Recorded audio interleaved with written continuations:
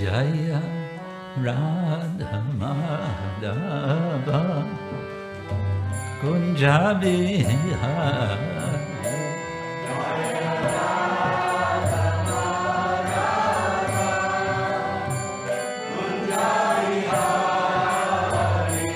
Jaya Radha Madhava Kunjabihari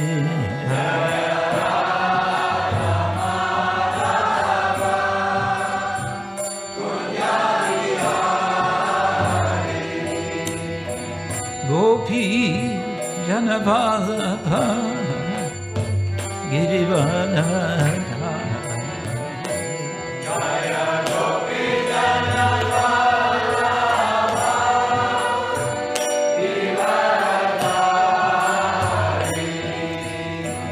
Gopi Janavallabha Girivardhari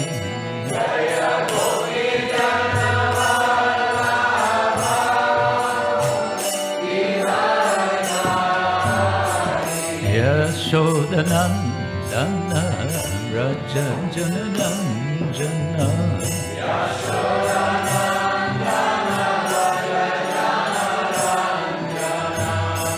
Yashodanandana Raja Jananandana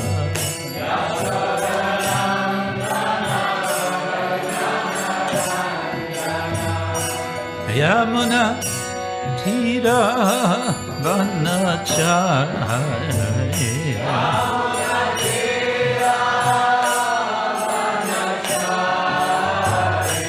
Yamuna Tira Vanachari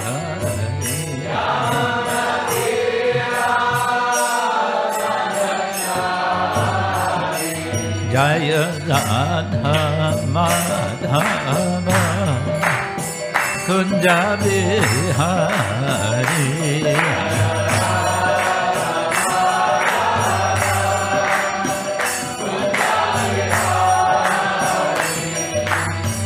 Gopi Janavallabha Girivardhari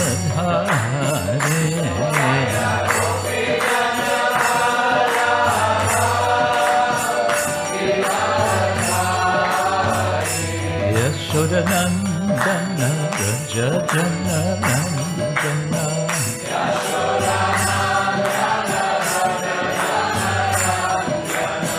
Yashodanandana Raja Jananandana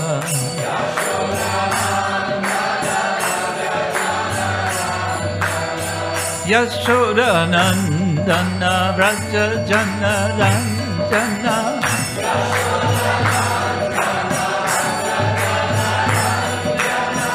Yamuna Tira Vanachari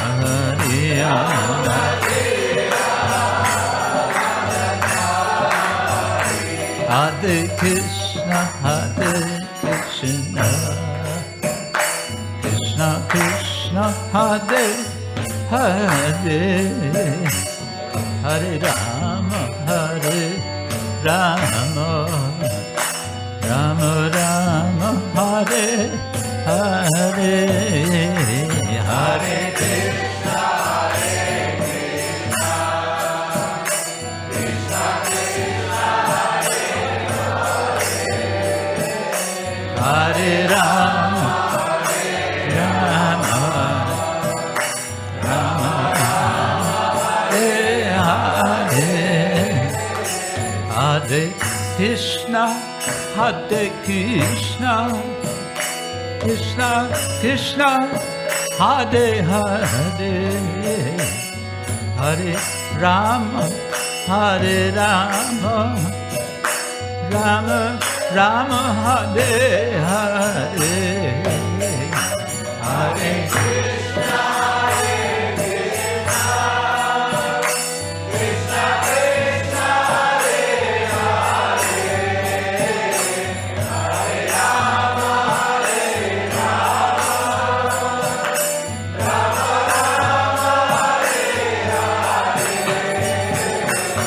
Hare Krishna, Krishna Krishna, Hare Ram, Ram Ram, Hare Hare.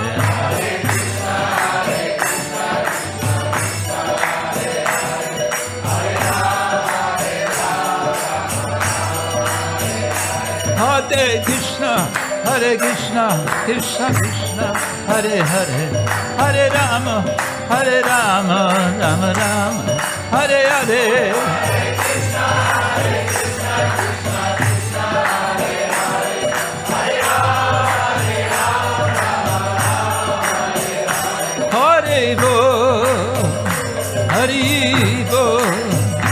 Hare Bo, Gaura Hare Bo.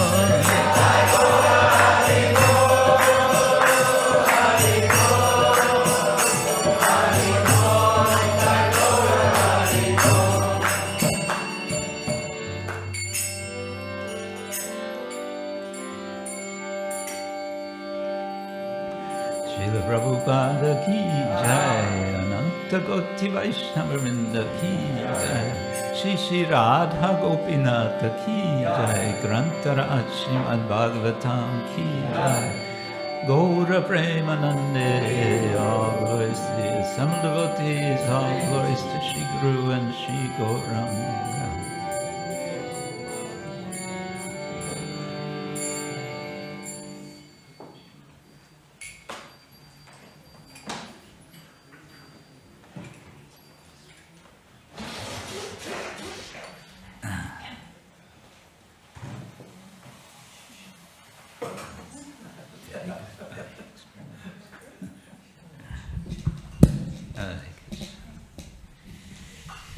Okay, good morning, everyone. Today we're reading from Srimad-Bhagavatam. Om Ajnana-timirandasya Jnananjana Shalakaya Chakshurunmilitam Yena Tasmai Shri Gurave Namah. Shri Chaitanya Manobishtam Stapitam Yena Bhutale Svayam Rupa-kadamahyam Dadati Svapadantikam Vandeham Shri Guru Shri Yuttapadakamalam Shri Gurun Vaishnavanscha Shri Rupam Sagrajatam Sahagana Raghunatam Vitam Tam Sajivam Sadvaitam Savadutam Parijana Sahitam Krishna Chaitanya Devam Shri Radha Krishna Padam Sahagana Lalita Shri Vishakhanditamscha Nama Om Vishnu Padaya Krishna Prasthaya Bhutale Srimate Bhaktivedanta Swamin Iti Namine Namaste Saraswati Devi Gauravani Pracharine Nirvishesha Shunyavadi Paschatya Deshatarine Vancha Kalpataruyascha Kripa Sindhuvya Evacha Patitanam Pavanebhyo Vaishnavebhyo Namo. Hey Krishna Karuna Sindhu Dinabandho Jagatpate Gopesha Gopika Kanta Radha Kanta Namostute Tapta Kanchana Gaurani Radhe Vrindavaneshwari Vrishabhanusate Devi Pranamami Hari. Jai Shri Krishna Chaitanya Prabhu Nityananda Shri Advaita Gadadhara Shivasari Gaura Bhaktavinda. Hare Krishna, Krishna Krishna, Hare Hare, Hare Rama, Rama Rama, Hare Hare. Hare Krishna, Krishna Krishna, Hare Hare, Hare Rama, Rama Rama, Hare Hare. Om Namo Bhagavate Vasudevaya. Om Namo Bhagavate Vasudevaya. Om Namo Bhagavate Vasudevaya.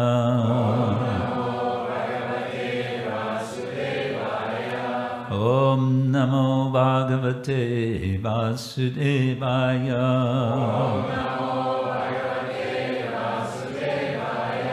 Narayanam Namaskritya Naram Chaiva Narottamam Deving Saraswating Vyasam Tato Jayamudiraye Nashta Praishvabhadreshu Nityam Bhagavata Sevaya Bhagavatyuttama Shloke Bhakti Bhavatamastiki. Just testing. So, we're reading from Srimad-Bhagavatam, Canto 10, Chapter 28. Krishna rescues Nanda Maharaja. And we have two verses, I believe it's verse 13 written here. Janovai, is that the verse? Yeah, so first I'll read verse 12, and then 13 has a longer, quite interesting purport. Okay. Iti svānāṁ sa bhagavān vijñāyākhila-dṛk svayam saṅkalpa-siddhaye teṣāṁ kṛpayaitad acintayat. Because he, the Lord, sees everything. Lord Krishna, the Supreme Personality of Godhead, automatically understood what the cowherd men were conjecturing. Wanting to show his compassion to them by fulfilling their desires, the Lord thought as follows. Maybe I back up and reread from yesterday's lecture the verse 11 to get a little more context. Or maybe even two verses. Nanda Maharaj had been astonished to see for the first time the great opulence of Varuna, the ruler of the ocean planet. Ocean planet. And also to see how Varuna and his servants had offered such humble respect to Krishna. Nanda described all this to his fellow cowherd men. The ocean planet. There's an ocean planet. That's what it says.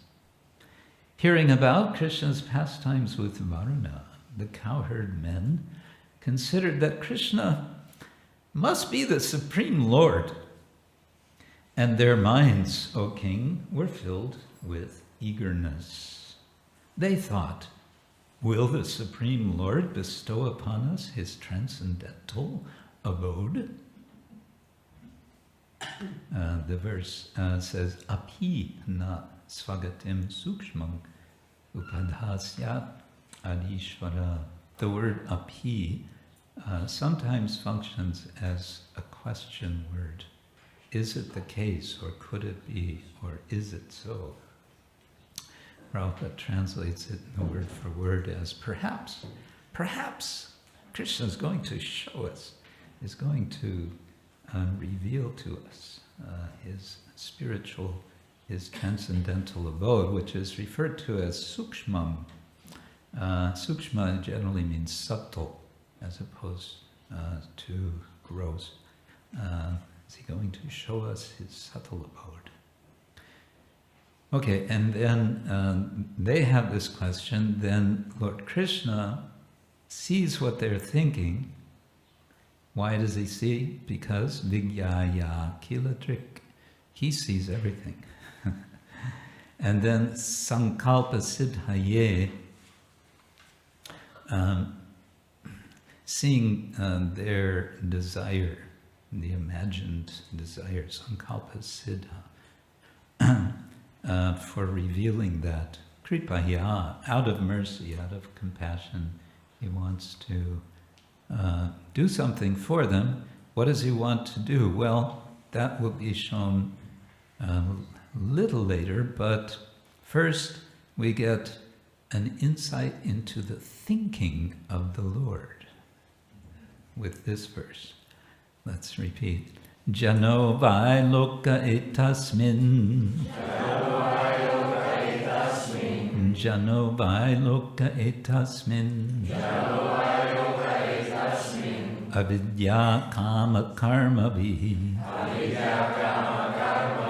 Avidya kama karma vihi.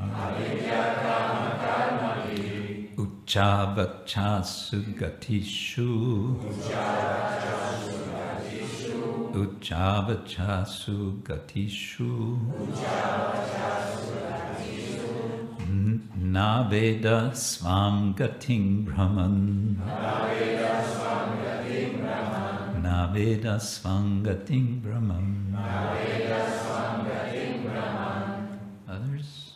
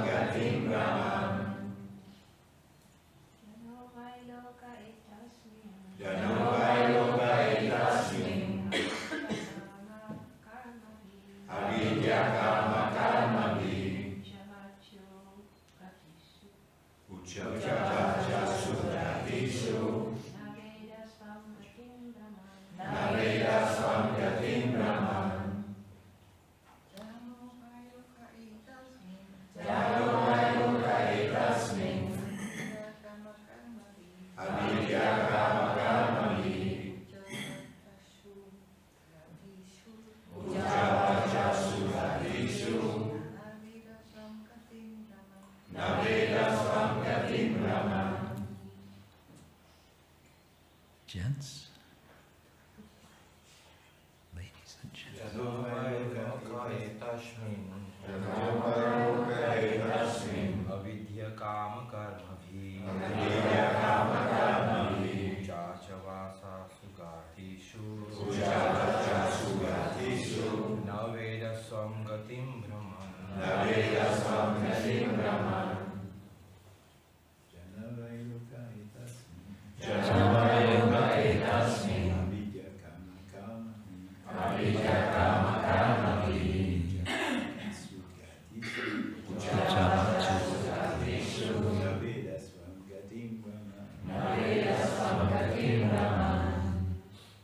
Jana, people, vai, certainly, loke, in the world, etasmin, this, avidya, without knowledge, kama, because of desires, karma by activities, ucca, among superior, avachasu, and inferior, gatishu, destinations, naveda, does not recognize, svānāṁ, his own, gatim, destination, brahman, wandering.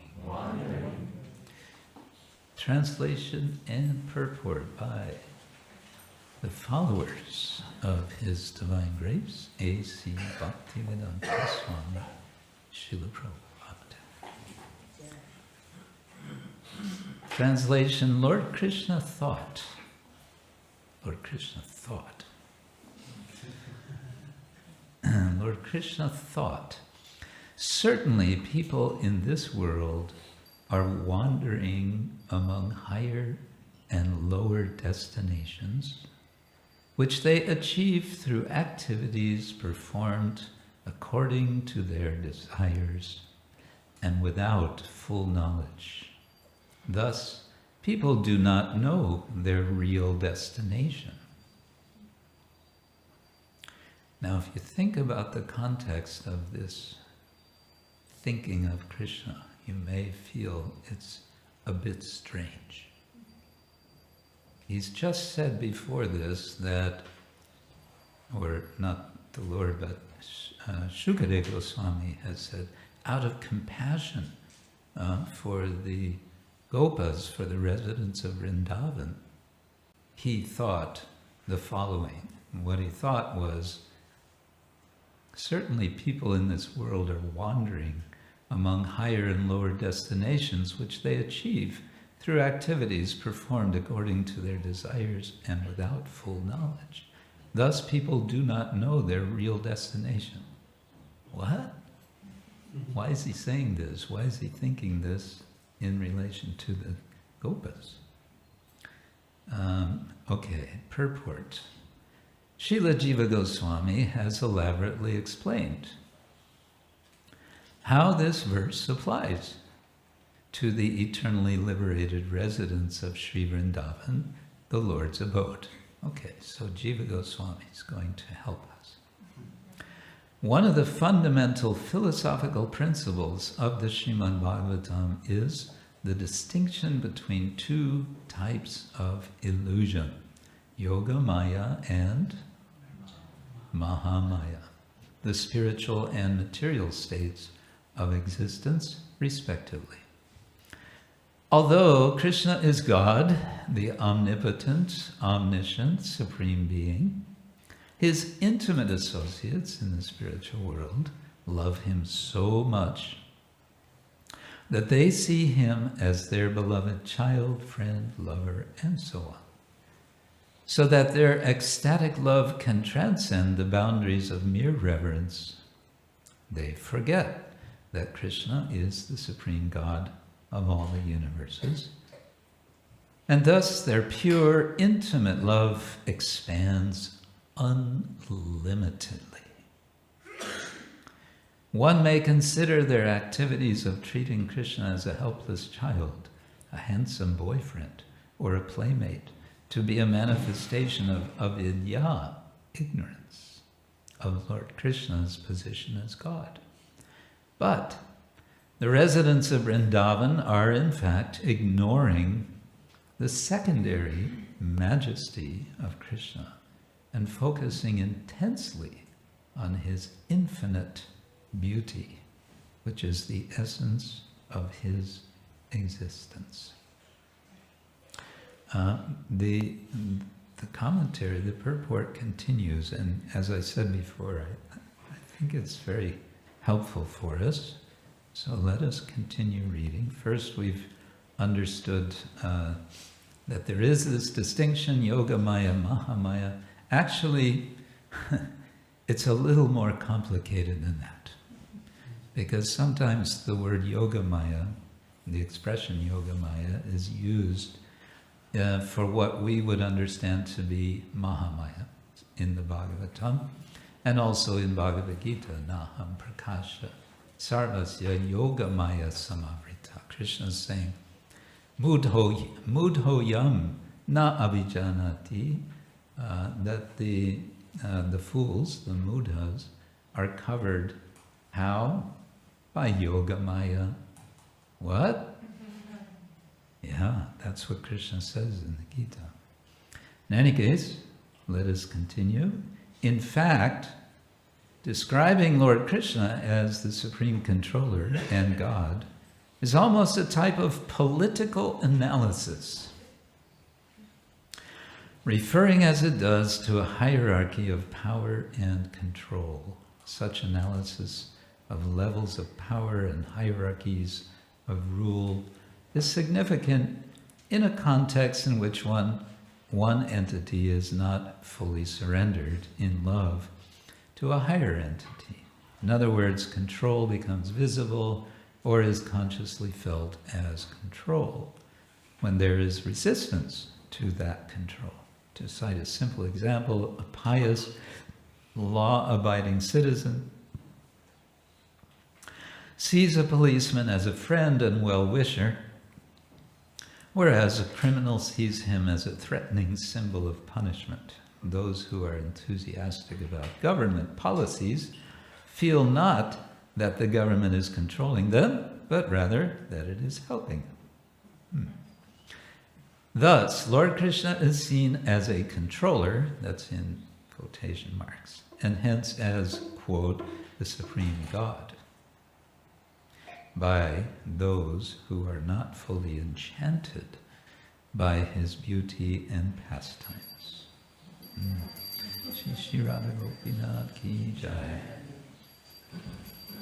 Those fully in love with Lord Krishna focus on his sublime, attractive features, and because of the nature of their relationship with him, do not much notice his controlling power.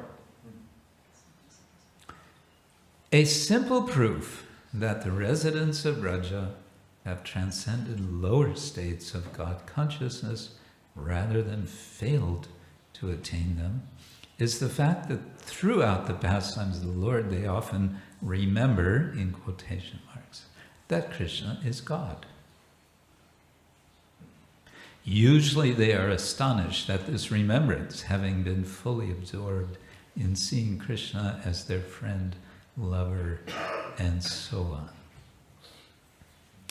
The word kama is conventionally used to indicate a material desire, or else a spiritual desire so intense that it becomes somehow analogous to intense material desires. Still, the fundamental distinction remains. Material desire is selfish and self-gratificatory. Spiritual desire is free of selfishness, being wholly for the pleasure of the other, the Lord. Thus, the residents of Vrindavan executed their daily activities solely for the pleasure of their beloved Krishna.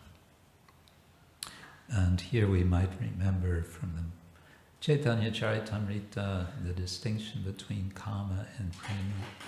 Atmendriya priti vangsha tarivali kam, Krishnendriya priti icha dhare premanam.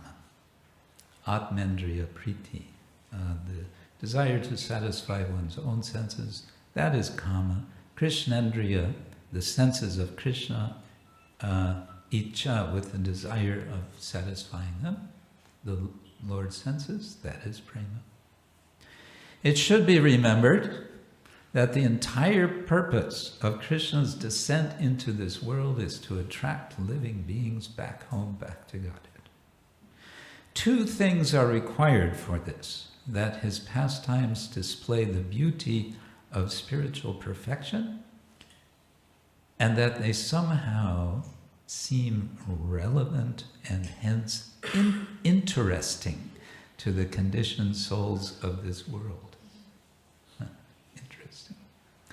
The Bhagavatam often states that Lord Krishna plays just like a youthful actor, and he undoubtedly engages his eternal devotees in the dramatic presentation. Thus, Lord Krishna here muses to himself. So this is pointing specifically to the verse. Lord Krishna here muses to himself that people in this world certainly do not know their ultimate destination, and with an obvious touch of the facetious, he also thinks in this way about his own eternally liberated associates who were playing in this world like ordinary members of a cowherd village. Apart from the double meaning obviously present in this verse when it is applied to Krishna's liberated associates, Krishna here makes an entirely direct and pointedly critical observation about ordinary people. When applied to conditioned souls who are actually wandering throughout the universe, his statement that people are acting out of ignorance and lust is not mitigated by any deeper spiritual meaning. People in general are simply ignorant, and they do not seriously consider their ultimate destination. As usual, Lord Sri Krishna is able to say many profound and complex things in a few simple words. How fortunate we are that God is not a dry field of energy, a transcendent, effulgent blob, or nothing at all, as various people would have it. In fact, he is the most wonderful personality of Godhead, full of absolute personal qualities, and certainly whatever we can do, and certainly whatever we can do, he can do better, as evidenced by his brilliant way of speaking. Hare Krishna. So we have a verse of the Lord musing. He's musing to himself. We get an insight into his musing. And this is going to lead to his bringing the cowherd men to the lake in which he is going to douse them under, and he is going to reveal to them that spiritual world, Vaikuntha, which they have some inkling of, having heard about Krishna's encounter with Varuna. And they're going to be amazed by this, and after some amazement, again they're going to forget, and they're going to get back to normal life of being completely absorbed in loving Krishna as their friend, as their lover, as their master, and so on. I happen to know that this is one of Kadamba Kanana Swami's favorite leelas, as I've heard him speak ever so charmingly about this very leela in this very room. I think I would like to focus, at least for some brief time, on the previous verse, because he sees everything. Vijñāyākhila-dṛk. Because he sees everything, Lord Krishna, the Supreme Personality of Godhead, automatically understood what the cowherd men were conjecturing. Wanting to show his compassion to them by fulfilling their desires, the Lord thought as follows. So this vijñāyākhila-dṛk, seeing everything completely, could be another way of saying that the Lord is omniscient. And omniscience is an attribute which is commonly attributed to the Lord in standard theology. There is something called perfect being theology. And in perfect being theology, there are some basic attributes of the Lord which are referred to. The Lord is all-powerful, omnipotent. He is omniscient, all-knowing or all-seeing. And he is all-good. Typically, these three features are mentioned. Sometimes a fourth is considered and debated, and that is whether the Lord feels pain or not. Whether the Lord feels pain. There's a technical term which is not coming to my mind at the moment. But this omniscience is, of course, something the Vaishnavas are quite comfortable with. It's interesting perhaps to note that there is a tradition, not a Vaishnava tradition, in fact considered generally as a Nastika tradition, the Jains, who put a lot of emphasis, a lot of importance in the notion of omniscience, and curiously enough, they reject the idea that there is a supreme creator God. And so you may ask, so who is it who is omniscient, if not God? And their answer is, first of all, the 24 personages whom they celebrate as Tirthankaras, beginning with Rishabdeva. Rishabdeva, who we celebrate in the Bhagavatam, is also celebrated in the Jain tradition as the first of a cycle of 24 Tirthankaras. These are jivas who attain perfection. And one of the features of their perfection is that they become omniscient. And this omniscience, they say, is also potentially there for all jivas. That means, according to them, you can become omniscient. How do you become omniscient? You become completely and totally free from karma. That's all it takes. But that's not so easy. According to the Jains, no one has attained this in the last couple of thousand years. Mahavira was their final of the 24 Tirthankaras, and one disciple of one of his disciples attained this perfection. But enough about Jainism for now. This is not a lesson in Jainism.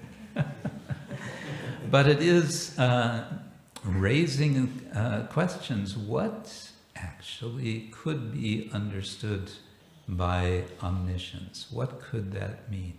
Now, in the particular verse, it's pretty straightforward. We understand the Lord understands what it is that's in the mind of the gopas. That may be a rather limited understanding of knowing, of omniscience, because we understand that can also be attained by a yogic siddhi. There are so many siddhis, and one of them is that one can read others' minds. Something which more or less every thoughtful person has to some degree when you simply look at others, someone else that you are speaking to, especially if you're giving a class and you see everybody with their eyes closed, you know something about what they're thinking. When is he going to be finished with his class? But aside from that, what does Krishna say in the Bhagavad Gita on this subject? He says, Vedaham samatitani vartamanani cha Arjuna bhavishyani cha bhutani mam tu veda na kaschana. He says, I know, Veda aham, samatitani bhutani. Now, I'm going to make a sort of literal translation here. Prabhupada says, in his translation, I know everything, past, present, and future. It seems to me a more literal translation would be, I know all beings, bhutani, samatitani bhutani, vartamanani bhutani, bhavishyani bhutani. Sometimes one word will be applied 2 or 3 times in the same verse. That I know all beings, past, present, and future. But this could raise another question for us. How is that to be understood, considering that all beings are eternal? So what is this talk of past, present, and future? Well, when the word Bhuta is used, it generally refers to a being in this world, a creation, someone born into this world. So, okay, the Lord is knowing all beings of the past, the present, and the future, and we know that he is also saying to Arjuna, I know all our lives of the past, and you don't. You don't remember. So that's a distinction. Krishna makes an essential distinction. But thinking about how to comprehend omniscience of the Lord, an initial point might be, well, we can't comprehend it because we're not the Lord and we're not omniscient, so just forget about it.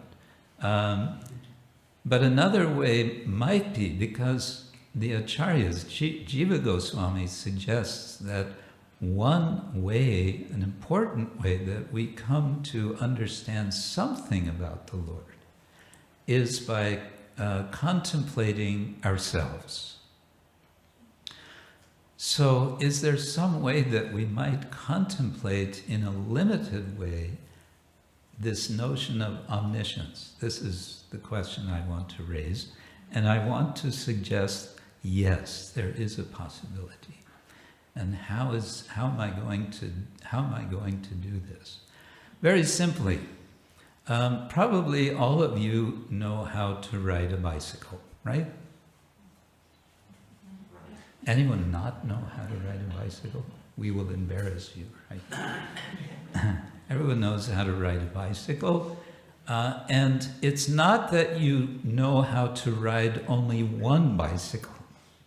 It's not that, oh, I learned to ride this one particular bicycle, but don't show me another bicycle because I won't know how to ride it. No, if you know how to ride one bicycle, you know how to ride basically all bicycles. If you know how to read this book, you also know how to read other books. And so on. We could take various capacities that we have, various skills. And so from that, we might get a little inkling of how the Lord, being perfect in his capacities, is perfectly able to do whatever he desires in all circumstances. Now, another sort of theology which is sometimes spoken about in recent decades is what's called process theology.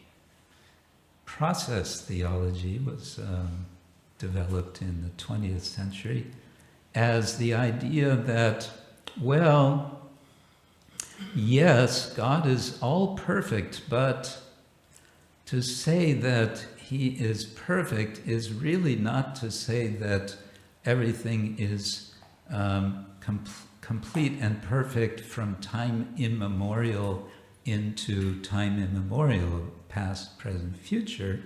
Rather, the perfection of God is that he actually unfolds, he develops, and he or she develops this perfection over time in participation with human beings. That human beings are engaged together with God in unfolding the glory of God, if you like. So that's an interesting concept, and what we might want to say from a Vaishnava perspective is, yes, there is something like that understandable from a bhakti perspective. Because, why? Because the Lord responds to the desires of his devotees, isn't it? there is reciprocation, we understand, as a fundamental feature of God, that he unfolds his desires in concert with the desires of the devotees. And one example of this we might consider sort of jumping out of the Bhagavatam into Chaitanya Charitamrita in anticipation of tomorrow, which is, I think, Chaitanya Charitamrita class, yes. And also drawing on the notion that the Lord makes plans. The Lord, many times we speak about, oh, this must be the plan of the Lord, or this must be Krishna's arrangement, or Srila Prabhupada would often say, so this is our plan, now let us see what is Krishna's plan. He doesn't want to close off what the Lord's plan, which is already there. He wants to say, now let us see, let us be open to what is the Lord's plan. So we hear a lot about the Lord's plan. So in the Chaitanya Charitamrita, we have references to plans of the Lord. In fact, we can say the whole Chaitanya Charitamrita is an unfolding of the Lord's plan, which is described in the beginning chapters of Adi Lila, where the Lord is reflecting, he's musing, he's saying being God all the time in opulence, this is kind of boring. I want to experience something richer. I want to experience the devotion of the devotees, and so on. He makes this plan, but he also makes a plan in the Bhagavatam that's referred to in 11th canto. He makes a plan to depart the world. And then we understand, yes, the Lord is making plans all the time, but his plans must be in reciprocation with the desires, with the plans of his devotees. So one plan of one of his devotees is Balabhadra Bhattacharya, while Chaitanya Mahaprabhu is together with him in Vrindavan. Balabhadra Bhattacharya makes a plan that he's going to bring Chaitanya Mahaprabhu out of Vrindavan. Mahaprabhu's been planning to go to Vrindavan for years, and so many obstacles were there, and he finally manages to go to Vrindavan. And what happens when he gets to Vrindavan? Two things happen. One is he becomes too much overwhelmed with ecstatic, emotions. Too much in the sense that it becomes dangerous to himself. He is sometimes diving into the Yamuna River. He is forgetting that he's underwater, and so he needs to be rescued by Balabhadra Bhattacharya. That's one problem. And the other problem is so many people are coming to see the Lord. And Balabhadra says, I'm going crazy with all these people coming to see you, and I have to manage them. It starts early in the morning. They're coming, and they're saying, we want to see Chaitanya Mahaprabhu. We want to invite him for lunch. We want to benefit from his association. Balabhadra gets, as we would say, fried. And so he makes a plan, and the plan is, which he discusses with the other devotees, let's induce Lord Chaitanya to leave Vrindavan. And when he finally gets up, what we call the gumption, to present his case to Lord Chaitanya says, sure, no problem. I'm happy to leave, I'm not happy to leave Vrindavan, but I will leave Vrindavan because you have been so kind to bring me here. You have been so kind to have me, to take care of me here. I must reciprocate your kindness. So if it is your desire now to leave Vrindavan, so I will leave. So that desire of Lord Chaitanya was to simply settle. It was simply to forget everything and just be in Vrindavan. But his devotees said, no, it's not working. It's anyway not what you wanted. You wanted to be peaceful in Vrindavan, and there's no peace here. Kind of like today in Vrindavan. It's packed with people. So this is one example of the plan of the Lord. And what I just want to say is I find it fascinating that in our understanding of what is devotion, that the Lord's, it's not what we see in sort of the debates of classical theology, that does God have foreknowledge, of everything? Well, yes, but no.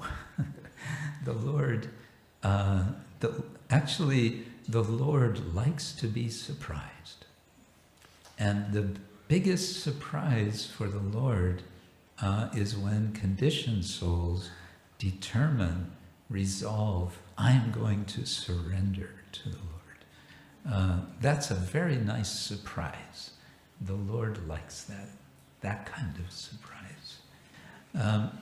So that is, I think, one way of understanding. There is omniscience of the Lord, and that omniscience we can partially understand in a very small way by thinking about our own capacities over time to do a variety of things, all kinds of things that we're able to do in all kinds of circumstances. And we can then apply that to our devotional service. And we can say, I can do all sorts of devotional service for the Lord. Sarvopadi vinirmuktam.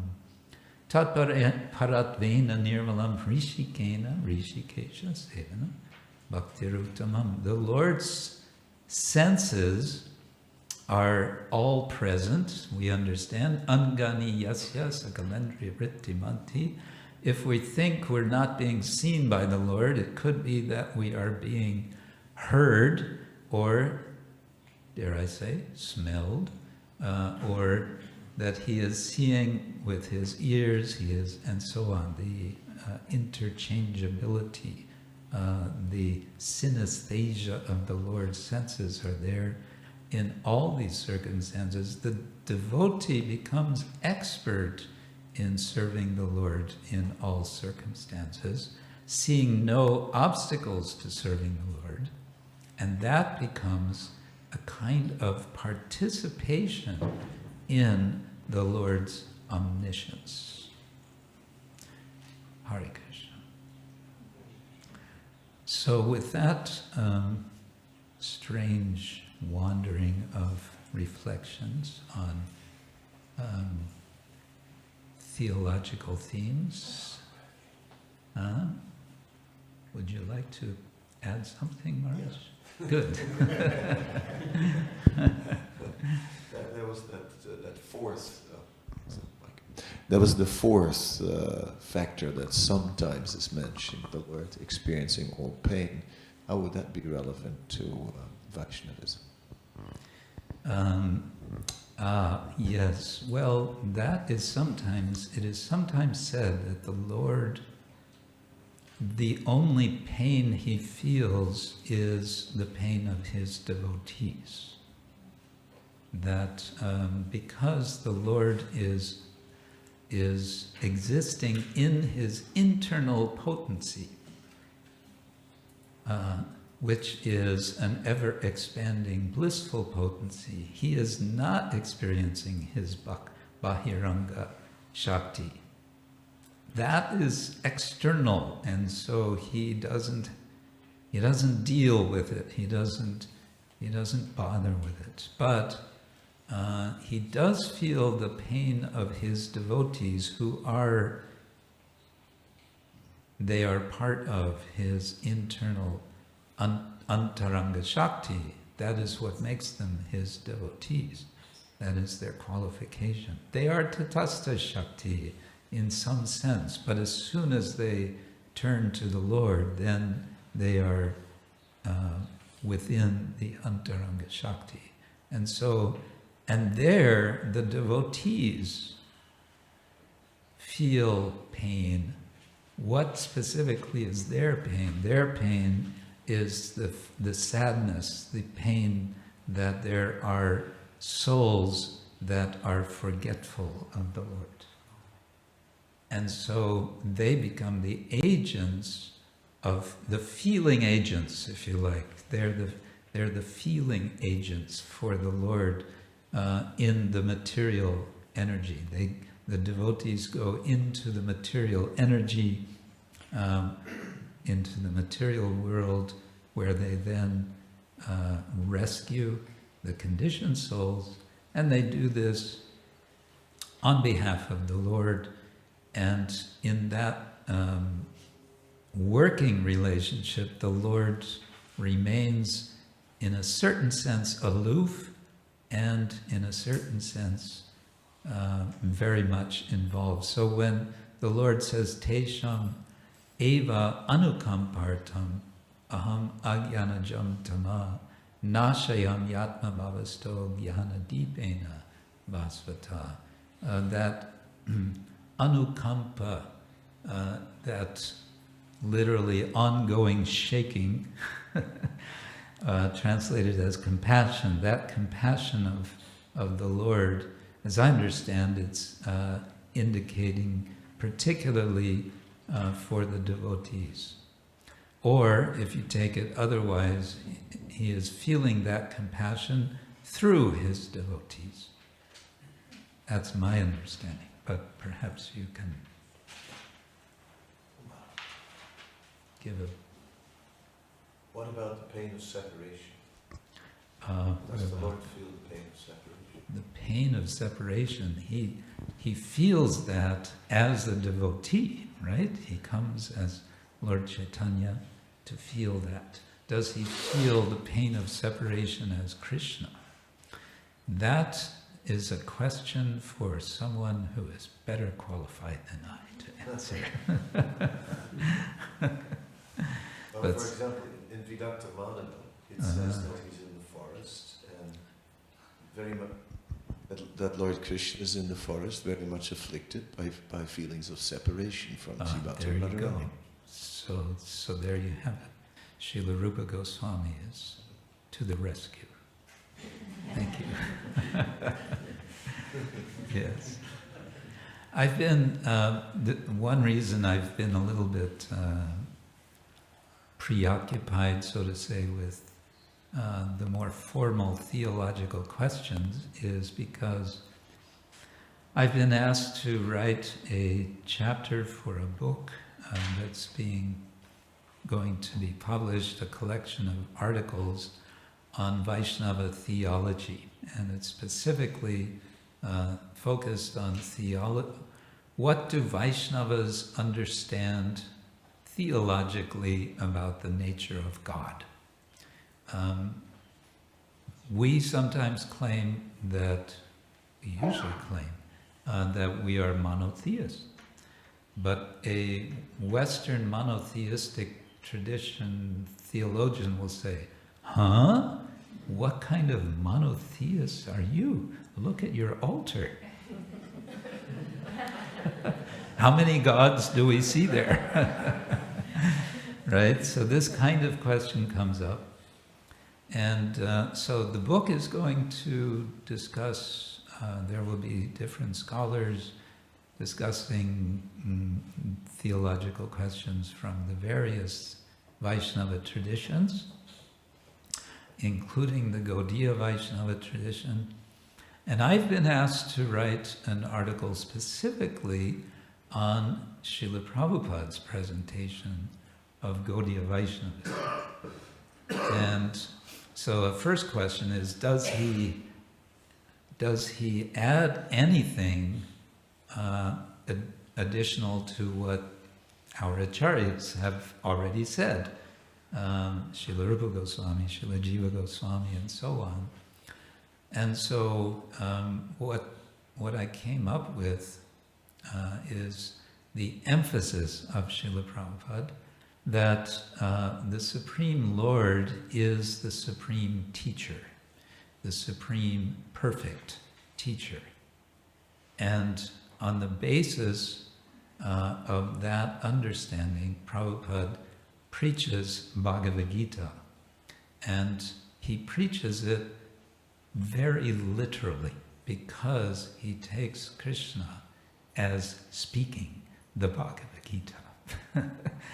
And so this, I believe, will be of relevance and interest for the scholars. So, yes, the Lord is the Supreme Teacher, and he is, as such, what is he teaching? He is teaching, we can say, Krishna Prema. And so how he's teaching, then we can discuss how Srila Prabhupada takes that kernel idea and expands it to become the Krishna consciousness movement as application and practice of the teaching, in which everyone becomes a potential teacher representing the original teacher. That's the idea. You are frowning, sir. No, you're not frowning. You're reflecting. Good. Okay. Hare Krishna. Any? Yes, Purnita. Well, it's a very interesting point. Thank you very much for your class. About the pain, because I think it's a whole meditation. But I was thinking about this verse in Bhagavad Gita where tapasya in the mode of ignorance actually is not good, because actually you afflict pain to the Paramatma who is situated in the heart. So maybe you could say something about it? Yeah, that's interesting. Have to think about that. Meanwhile, the word came to me finally, impassible. The Lord is impassible. Impassible. That's the term, for the Lord is not affected by pain. Yeah, so, okay, what comes to my mind just now is the Lord as Paramatma is present in all bodies. Now, if, let's say, I start practicing some tapas in the mode of ignorance where I fast too long. Actually, when I'm here, I also remember the time I was in Amsterdam many years ago, many moons ago, many decades ago. And at that time I had an idea that I should eat less. So I was eating less, and I was eating less. And then one day,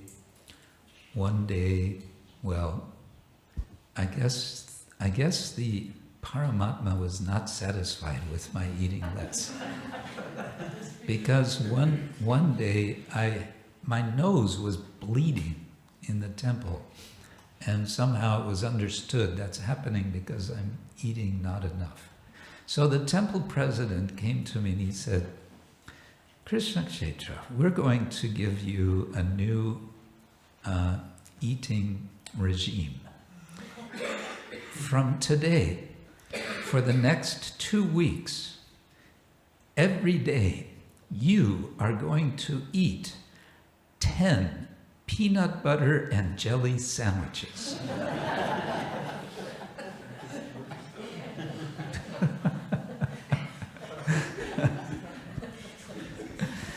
Why peanut butter and jelly, you may ask? Because the temple president of that time was an American. Americans live on peanut butter and jelly sandwich. So,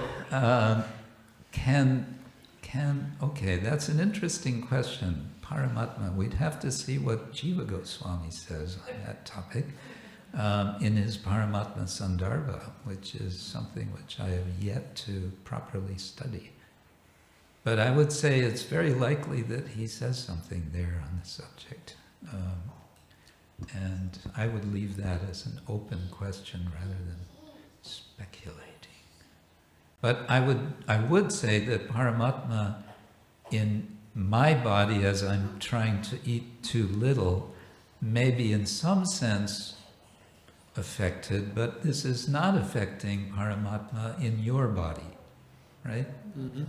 So in that sense, we may be able to say impassible. Thank you. Yes. At the beginning of the class, there was what is the water planet, the Varuna? The ocean planet. Yes, yes. I knew someone was going to come back and say, where is this ocean planet? It's always some point when somebody asks, where is this ocean planet? Is that what you're going to ask? Yeah, I mean, I was going to ask along the lines of since you're presenting Bhagavatam in theological circles, etc., and presenting such things, it's not, it's not the last thing that we come across and we, kind of like think twice about it. Yeah. And how would you go about explaining things like that? Well, the first thing is I wouldn't make this the first point in my preaching. Did you know that there is an ocean planet? And if you don't believe it, just read the Veda. It's in Veda. Veda is all knowledge. Okay, one point to be made is Prabhupada would often translate, if not, he would often translate the word loka as planet. But the word loka can have a broader sense of simply location, or locus, or realm. You can say it's a place. The English word location or locus, that's the Latin word locus, it's all cognate from loka. And so I would see it that way. But beyond that, let there be an ocean planet, and let us say we are not we're not going to jump to the conclusion that because we don't see it or haven't heard about it, that it cannot exist. If there can be a fire planet, why not an ocean planet? That would be one way of approaching it. Another way of approaching would just be, don't worry about planets, whether they are oceans or fire planets or any other kind of planets. Let's not worry about planets just now. Here we are on this planet, and on this planet we have a problem.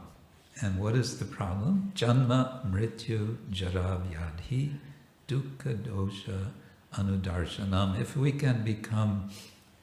can have this as an anudarshanam, an ongoing awareness that these are the problems of this world, then we're well on our way to understanding about other planets.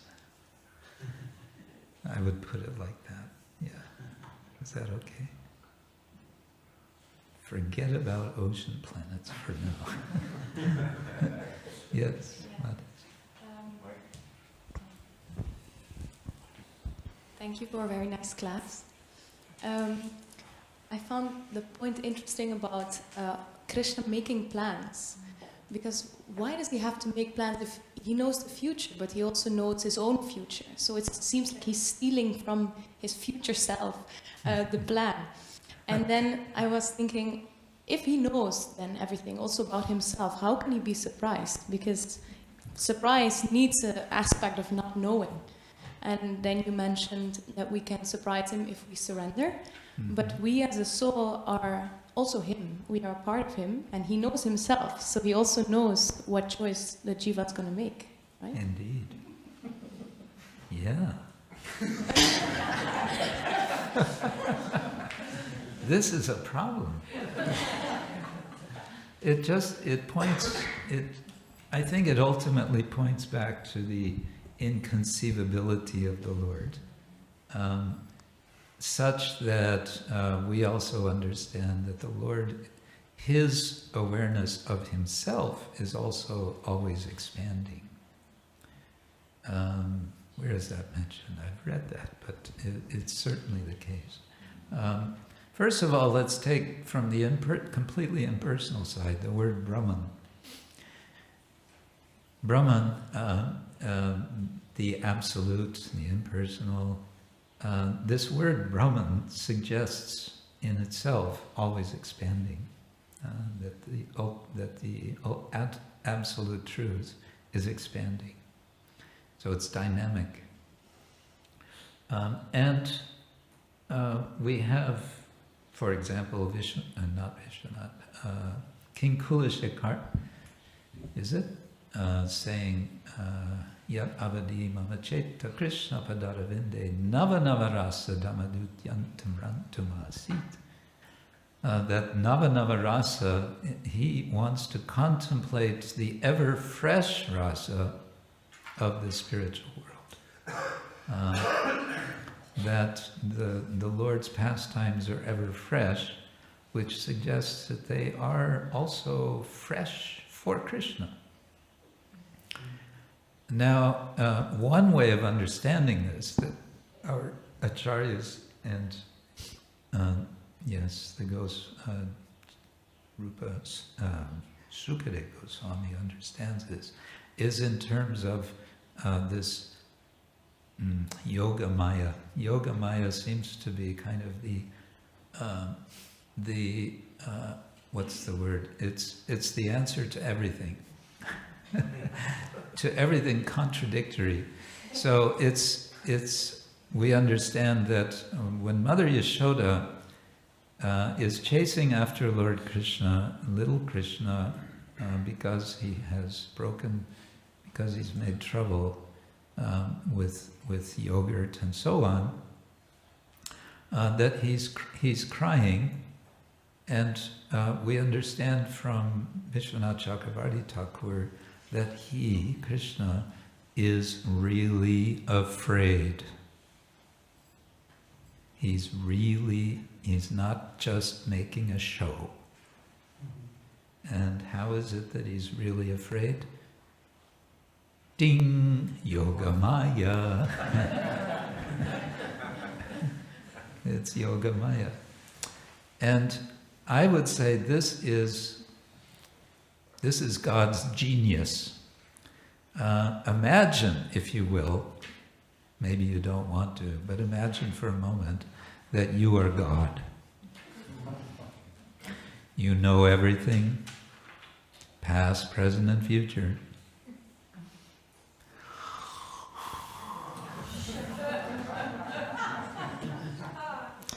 That's going to be pretty boring, isn't it? And that's again, Chaitanya Charitamrita, Lord Krishna is reflecting like that. Everyone is worshipping me for my opulences, my Aishwarya.